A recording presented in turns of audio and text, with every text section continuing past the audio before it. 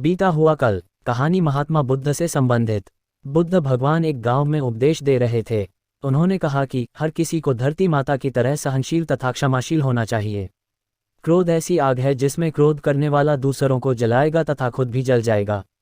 सभा में सभी शांति से बुद्ध की वाणी सुन रहे थे, लेकिन वहां स्वभाव से ही अतिक्रोधी एक ऐसा व्यक्ति भी बैठा हुआ था जिसे ये सारी बातें बेतुकी लग रही थी।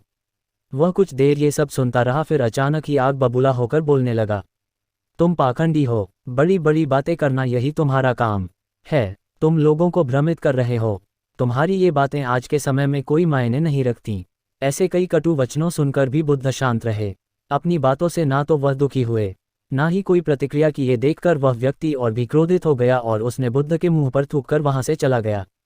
अगले दिन जब उस व्यक्ति का क्रोध शांत हुआ तो उसे अपने बुरे व्यवहार के कारण पछतावे की आग में जलने लगा और वह उन्हें ढूंढते हुए उसी स्थान पर पहुंचा।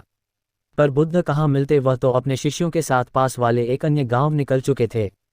व्यक्ति ने बुद्ध के बारे में लोगों से पूछा और ढूंढते ढूंढते जहां बुद्ध प्रवचन दे रहे थे वहां पहुंच गया।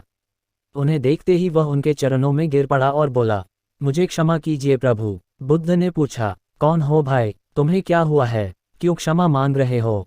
उसने कहा, क्या आप भूल गए, मैं वही हूँ जिसने कल आपके साथ बहुत बुरा व्यवहार किया था। मैं शर्मिंदा हूँ, मैं मेरे दुष्ट आचरण की क्षमायाचना करने आया हूँ। भगवान बुद्ध ने प्रेमपूर्वक कहा, बीता हुआ कल तो मैं वही छोड़कर आया गया और तुम अभी भी वही अटके हुए हो। तुम्हें अपनी गलती का आभास हो गया, तुमने पश्चाताप कर लिया, तुम निर्मल हो चुके हो। अब तुम आज में प्रवेश करो।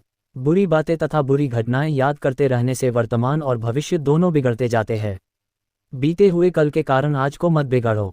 उस व्यक्ति का सारा बोझ उतर गया। उसने भगवान बुद्ध के चरणों में पड़कर क्रोध त्याग का तथा क्षमाशीलता का संकल्प लिया। बुद्ध ने उसके मस्तिष्क पर आशीष का हाथ रखा। उस दिन से उसमें परिवर्तन आ गया और उसके जीवन में सत्य, प्रेम व करुणा की धारा बहने लगी। मित्रों, बहुत बार हम भूत में की गई किसी गलती के बारे में सोचकर बार बार दुखी होते और खुद को कोसते हैं। हमें ऐसा कभी नहीं करना चाहिए। गलती का बोध हो जाने पर हमें उसे कभी ना दोहराने का संकल्प लेना चाहिए और एक नई ऊर्जा के साथ वर्तमान को सुदृढ़ बनाना चाहिए।